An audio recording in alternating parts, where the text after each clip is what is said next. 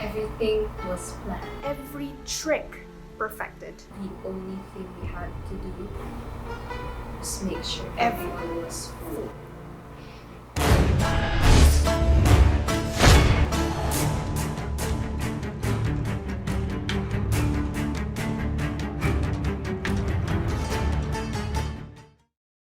Hi everyone, my name is Calubiran This is Jaimee. and welcome to the manipulation game. The creation of the manipulation game had several inspirations. One of them maybe was the title of a movie, The Imitation Game, and we sort of wanted to change the word imitation into manipulation because in this project we did somewhat a similar act of manipulating our participant. What inspired us to conduct this project is to document their reactions towards some artworks in which we manipulated the way these artworks were presented. Aside from the fact that this project was in compliance with the requirements for the artsman subject, we ourselves wanted to explore and see the reality that John Berger presented in his docu-series and book entitled Ways of Seeing. He was able to present these manipulations, but he was unable to document or show the reactions of the people watching it. People like ourselves who watched the documentary. Actually sparked a curiosity within us. What if we did something similar, but in the 21st century setup, in the setup that we have now, which is with all the online learning, all the remote learning, all the synchronous and asynchronous classes. And What we wanted to do was to extend his ideas and document it for ourselves so that we can see it in action. the entire result of what happened in this manipulation game, as we called it, was a product of several topics in Arts 1 that were synthesized. Arts in the mediascapes, difference, and of course, the death of the author. And that's basically it. What we wanted to achieve for this project was primarily documentation part, and we wanted to see either similarities or differences in the way these individuals or our participants analyzed or interpreted the artworks or the paintings. For both ourselves as the mediators or the creators of this project and the participants, I think we've gained so many valuable lessons that allowed us to have a better understanding of media manipulation, art, and What didn't leave our minds and what we didn't forget to mention in every single session was how we should always be aware and cautious when we view art or just anything in front of our screens. Even now with the situation of online and remote learning classes where we are presented with information, data, media in front of our screen, we have to be all the more cautious and just aware if whether or not the things we are seeing are credible enough or whether or not the things that are presented in front of us have been manipulated or not. We may or may not know it, but if we think about these things more and more every single day, we start to understand the world that we are in today can easily be manipulated, and we just have to navigate our way through these things or just find a way to somehow eliminate how we are being manipulated.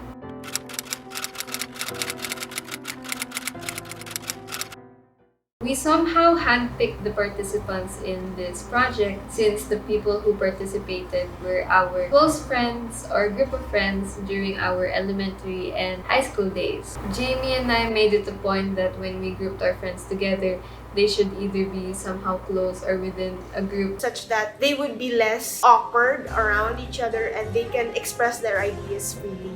I'm Prince. I'm Salmon Bagtang. My name is Jana. I'm Leilani Isabel Rehensa. Hello everyone, my name is Rain Chloe Castillo. I'm Bemica Sibulasa. My name is James E. Lapot. I'm Ada. Hello, I'm Isa. My name is Rika. Jay lang po, simpleng tao lang. I'm Maya Sabrina. I'm Ayala. I'm Hannah Bakiran. After doing thorough research and doing a consultation with our professors, we ended up with 3 artworks from the pre-Raphaelite period. These artworks were number 1, Proserpine, number 2, Christ in the house of his parents. and number 3, Spring.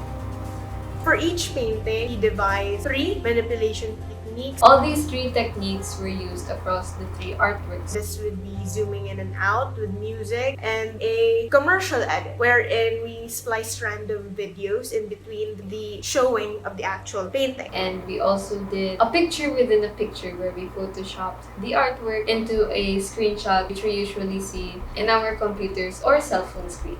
To ensure that every group sort of experienced the same type of manipulation technique, there's a specific set of manipulations. They will be shown each of the paintings, all 3 paintings, but there's a specific set of manipulation techniques. And this technique, this set, was randomized via permutation. What we did was we showed the manipulated material first. After one manipulated material, they would comment, then we'd go on to the next and the next. After all 3 were finished, we'd review the manipulated material and show them the actual painting, a closer view of the painting, and they recount or add or review to their previous interpretation.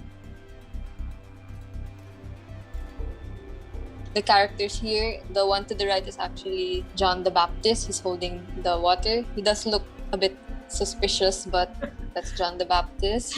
These people in the middle, that's actually Mary and that's Jesus. so it's not a woman. Yeah, Precisely. Goblin was a hoe? Precisely. Goblin They're holding a weapon. Surprise! We manipulated the stuff. Bea says, in short, na-otome. Yes. Hindi manipulative. Manipulative. Kung nag-group quiz na kayo, naka like 3/3 na kayo kasi in every painting, you guess details right. The relationship of Ayu to everything. Actually, Good none. question. There's nothing. It's just, Jaimee and I, we couldn't stop you guys kasi you're the ayaw most rin- talkative. ayaw na rin tumigil sa details and somehow us rin were like waiting, are they going to say something else?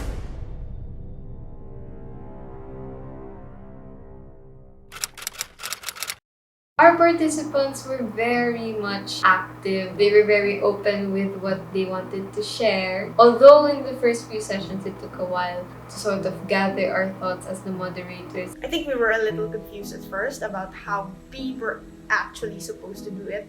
And I think it's evident in our first interview, actually. It's moderately hard. Considering the setup, considering the online setup, a hindrance to this activity is gathering participants and perhaps the execution, such that somehow some things get lost because of buffering, or perhaps there wouldn't be a smooth flow of parts or activities. Towards the end of our sessions, we found our flow and we really achieved the certain reactions and answers that came from our participants. To say the least, everyone was very much shocked or did not expect that anything that they were seeing in front of their screens were manipulated. Honestly, there were very funny and interesting things that occurred due to the manipulation. For example, rice painting. Some remarked that were 2 women. They said those were 2 women kissing. Well, although Mary is actually kissing Jesus on the cheek, but they said it was kissing, and someone actually pointed out that perhaps they sexualized Jesus in that sense. And I think they were quite mortified to know that they had sexualized Jesus. It's quite possible that this sexualization was due to the fact that group saw the painting next to some ads, and those ads had the word pervert or pinup girls on them, which perhaps mediated their thought that perhaps this painting is kind of sexual. Since I already know the prescribed meaning or the theological meaning of the paintings, it's quite interesting to see everyone have so many opinions, even creating storylines for the paintings. A word that I always heard when we asked them initially what the art looked like was the terms classical Classic art. or Renaissance, old traditional painting, but no one ever said the word Victorian or religious. At some point when Jaimee and I started asking what they saw, the second time they would say that it's hard to tell what the artwork was us or what they saw, because things that they saw were too zoomed in or too zoomed out, or it was merged together with other pictures or other information around. Most of them would mention that it was hard to see at first, but now that they saw the artwork alone, they could see how there were different techniques used in the paintings, and it was interesting to try and react as if we were lying or as if we didn't know what was happening. We actually had one participant, but he was very suspicious about what we were doing, and he sort of actually guessed what was already going on. But we had to disregard him, we had to brush him away, we had to tell him that, oh, we don't know what's happening, and it was fun to lie. We had to convince them that we were manipulating them. Honestly, watching them struggle, use their utmost capacity of their brains to figure out what we're trying to do or what they're supposed to see, what they're supposed to feel, is really quite entertaining. You'd see them get up close to the screen like this so that they can see the painting better. Seeing their reactions, it's quite entertaining, and I'm quite proud of what we did because it got some very honest reactions from them. Someone actually got deceived that they were manipulated, because that's what we wanted to see. We wanted real effects and we wanted to document them. There was this one group of participants that just kept on going. And it was such a delightful and satisfying way to end the entire session, or the 6 sessions that Jaimee and I planned for this entire project. You actually enjoy the process, you actually enjoy showing them all these things and seeing their very novel reactions. I think Sir remarked that our project was a bit ambitious. Honestly, I enjoyed the process, and I'm thankful for the opportunity to meet other people who aren't my friends. Somehow, I got to know them through their interpretations of art. I think that's a good thing. They were able to show their personality through their varied interpretations. And maybe I was able to get to know these people through art. I realized when one of the participants pointed out that sharing your opinions, sharing your ideas with each other is an important aspect of learning. Looking at a lot of perspectives, seeing the bigger picture of things, not just seeing what you have in front of you, is a critical learning and critical thinking skill that we should all involve ourselves on a daily life basis. Overall, being the John Berger of 2021 in UP Diliman in a Arts 1 subject for Jaimee and I was an interesting learning experience. We were very satisfied and happy for being able to conduct this sort of project and for making it happen together, and just being disciplined with ourselves to push through with this and to just be open with everyone and everything that happened as this project went along. So I hope you enjoyed this project of ours and how we utilized the different manipulation techniques and ways of seeing and synthesized it with different topics that we encountered in our Arts 1 subject and put it into this project, which we call the manipulation game. Good for you if you got to the end of this video. I hope you enjoyed that whole thing. And we'll see you soon. Stay safe and always be aware. Bye bye!